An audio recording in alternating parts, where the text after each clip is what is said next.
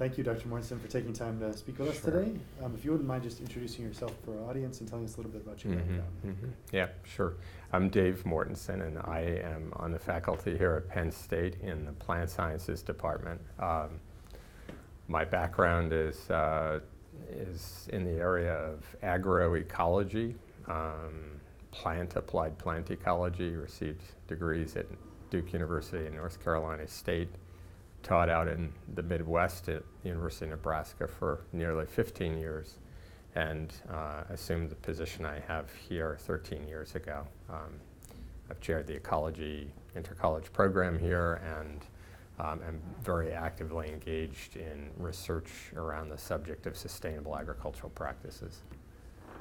That's great. We invited you here today to speak for our Research Ethics Lecture Series, which is an ongoing series we've been doing, thinking about the boundaries of research ethics at the university. Mm-hmm. And the topic for our workshop or our panel discussion today is genetically modified organisms, which is sometimes a strange fit for our Research Ethics Lecture Series. So if you can you speak a little bit to what particular ethical issues in that broader network of research ethics are particularly relevant to the topic? Mm-hmm. Yeah. So last night during dinner, several of the speakers had an opportunity to sort of help each other see where they're coming from with regard to the science and the ethical issues associated with the science. And I'd have to say that my greatest interest and concern arises at the interface of the science that we do and how the science that we do is marketed. There, in my view, are very serious ethical issues at that interface that are largely going unaddressed right now in agriculture. And so that's an area that I've been working very actively in. Okay. And relatedly, are those ethical issues, do you see those as novel to the questions of genetically modified organisms, or is this just another application of what are generally applicable ethical concerns?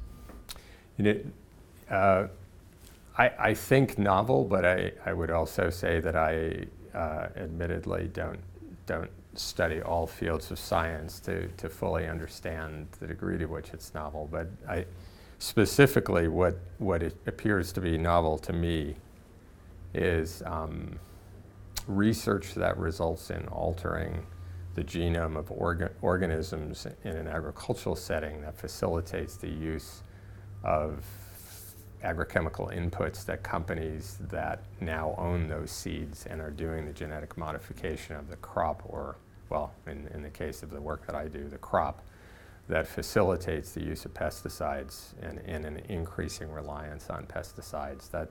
That field is what I find interesting, troubling, and in need of a lot more attention from an ethics point of view and from a hopefully ethics shaping policy point of view. The degree to which that is novel, it may be that you could find examples of this in the pharmaceutical industry, though I haven't looked deeply into that to see what parallels exist there. So there are particular species of crops or strains of crops that are of greater ethical concern for you than others? Yeah. So this business of altering the genome of a plant using genetically modified methods, so that you can use a certain pesticide that's complementary to that alteration in the genome of the crop, has been specifically applied to corn, soybeans, cotton, canola, so basically some of the major grain crops that are grown in the major grain crops, period. Rice is an exception, as is wheat.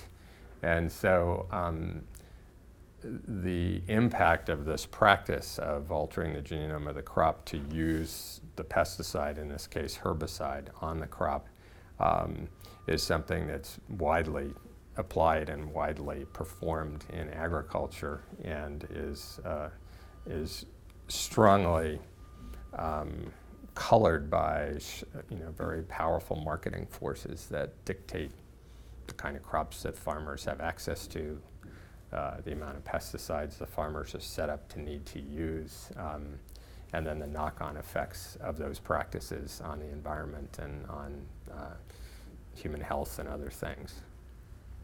Yeah, we started to see just over dinner last night, and now again in your response, just how complicated these issues are. One question that I know Stephanie Vasco, one of our postdocs, is really interested in is what sorts of scientific tools and techniques for understanding GMOs are important or vital. Are there any that stand out in your mind? Whether that's scientific tools and techniques for understanding the science or the technology of GM, but also maybe scientific techniques that allow us access to the ethical issues. Yeah. The first thing that comes to mind when you ask that question, Jonathan, is I start thinking about the sort of the manipulation techniques, the genetic manipulation techniques, and I don't think that's what you're meaning in it, and it's not what I think would be at the heart of this. I think that we have to push ourselves in science at our universities, in our laboratories, our private sector laboratories, to do a much better job helping scientists see the profound importance of the problems that they choose to work on. I think as you get older and as you become more senior in your career, you recognize that the time that we have to engage in deep thought, research, and pushing to see the research have some sort of an impact is really quite limited in someone's career. And so it's really important that we are consciously aware of the choices that we make and the things that we leave behind when we make those choices that go unaddressed. I see a lot of room for improvement there on the ethics side. What guides our thinking about what we choose to do and what we choose not to do is something that receives too little attention in my view. I think the focus, having chaired a graduate program here in ecology and just having been around graduate students for my whole career at several different institutions, the recent focus on integrity and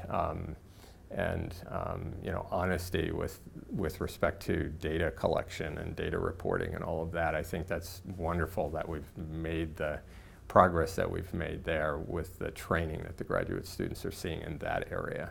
What I'd love to see happen is to see us spend as much time or more actually on the issue I was just raising, which is the issue of how do we come to choose what it is we work on and research.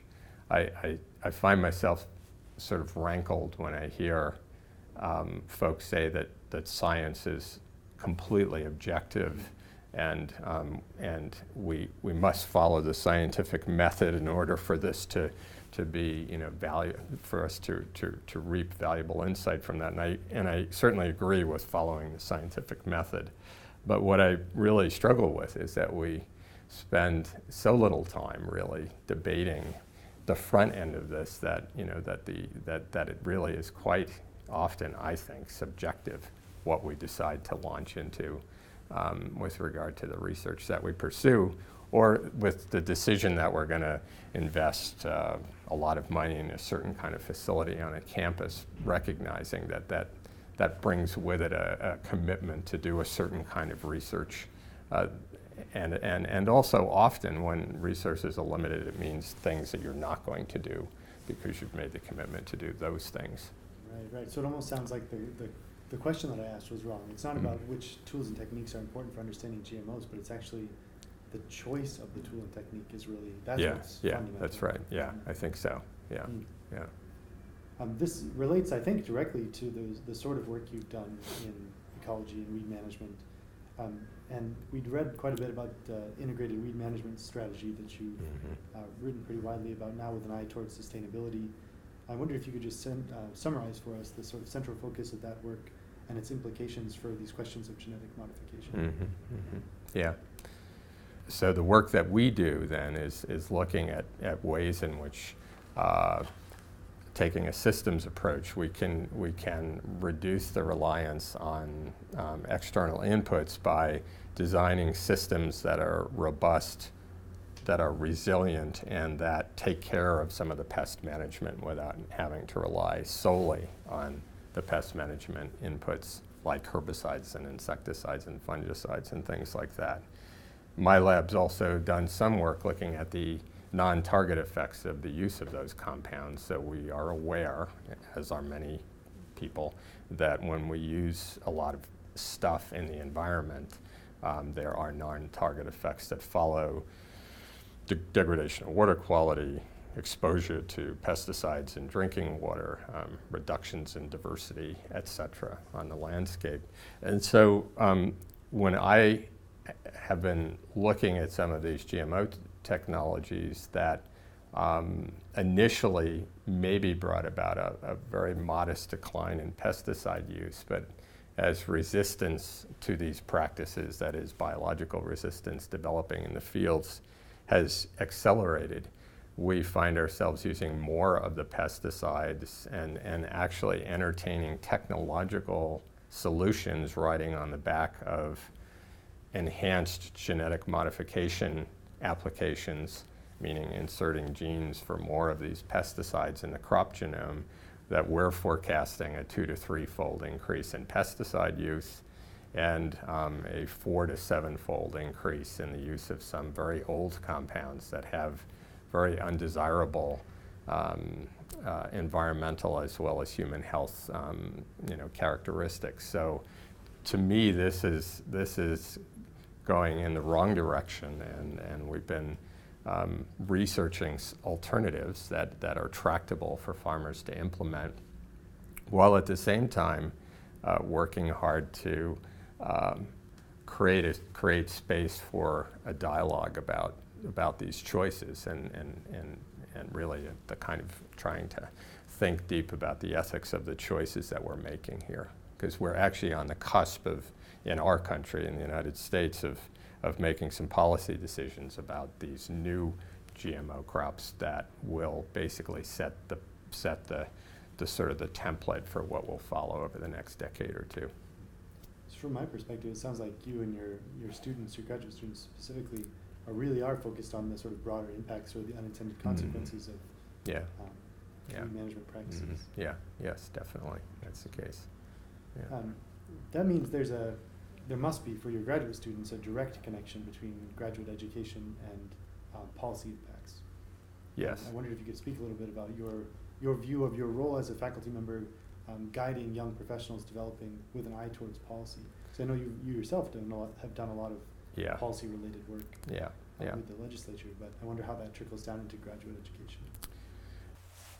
So policy has definitely become a part of what we do, where perhaps 5 or 10 years ago it was barely on the radar screen, honestly, and it's come about.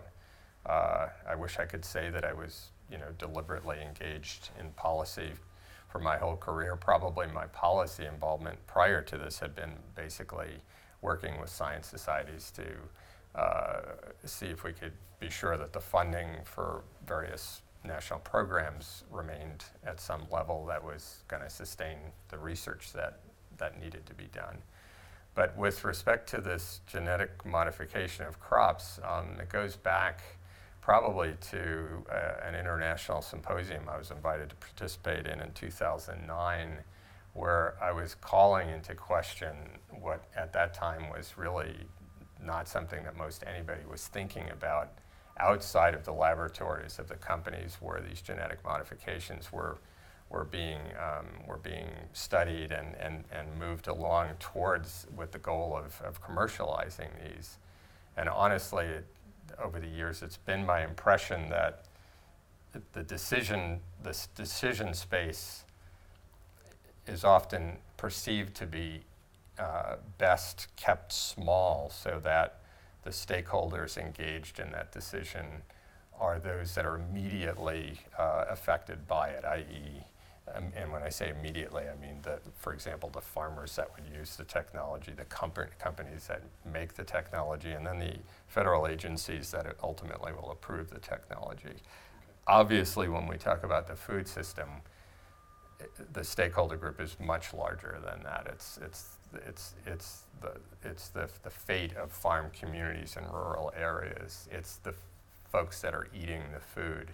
It's the folks that are drinking the water that runs in the streams and groundwater. So potentially everybody in a big system. Yeah. So really the decision space needs to be much larger than that, and it gets messy when it gets large. When the diversity of stakeholders increases and the perspectives grow, things get messy, and I think that is where really many of our pressing problems of the day lie, and they lie in complicated problems that we need to have approaches and systems in place to work through complicated problems.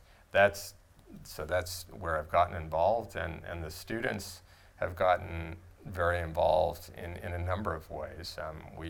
We're very fortunate at Penn State to be so close to Washington, D.C., where I was before out in the Midwest. It's relatively difficult to get into DC.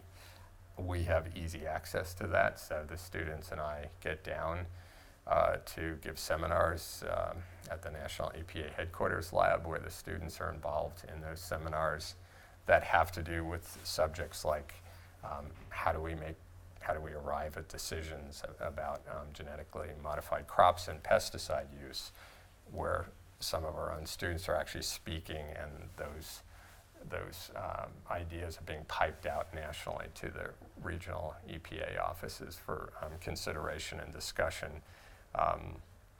Students have been involved in going down and discussing their research with policymakers on this subject, and so it's kind of just become an integral part of what we do, and it's probably more informal than formal. I think we could do a better job, or I could do a better job of trying to move it in a more formal direction. It's not a resident education class that we're doing, but it's actually sort of, okay, we have a space to fill here. Let's engage and let's believe that the research that we're doing and the interpretation of the research that we're doing is solid enough that we need to engage in the discussion at the national level. Yeah, it sounds like your graduate students, and maybe this is not, I don't want to suggest that it's only your graduate students, but I think a lot of science graduate students now are maybe even just implicitly being asked to think a little bit more broadly about their research. And it sounds like from your perspective that's a good thing. Yeah, I think it's a very good thing. Even if it gets a little messier when they think bigger. Yeah, no, it's a very good thing. There's no question. As I said earlier, as you get older, you recognize that, that you want to think that the things that you're doing make a difference, and so having that atmosphere in a lab or in a study group, a discussion group, is empowering and just uplifting when you're looking at sort of the slow slogs for a graduate program. It makes you feel good to feel like the work that you're doing is having an impact. So relatedly then, we've asked all our speakers for this lecture series the same question. If you could offer your graduate students one piece of advice as they're becoming young professionals, what would that advice be? Well, I would say that that setting the agenda for the work that you do, so coming back to this point that I made earlier, that deciding how you're going to spend your time is the single most important decision that you'll make as a young scientist. You are setting the frame around which your time, your teaching, your researcher intellectual energy will be poured into that, and that you want to be sure that the work that you're embarking on is the right work. It's the important body of work that merits you committing the next 10 or 30 years of your life to. That's great. Yeah. Thank you, Dr. Mortensen, Yeah, for your sure. time. It's a Yeah, pleasure to speak sure. with you. Yeah.